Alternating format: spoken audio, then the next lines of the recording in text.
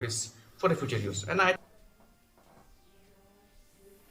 Education Minister Lakman Rimboy on Tuesday inaugurated the 36th annual College Week of Ribhoy College.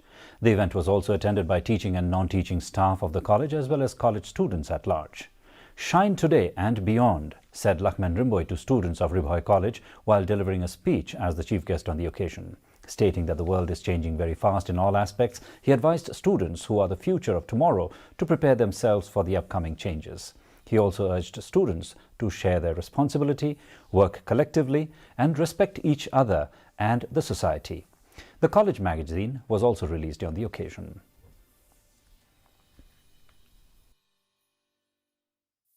Changing. So you have to when we talk about ignite,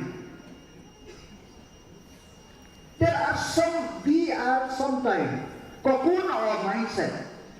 We have something and we know something. We have the capability, we have the capacity, but that cocoon mindset somehow we cannot break the shell or conquer.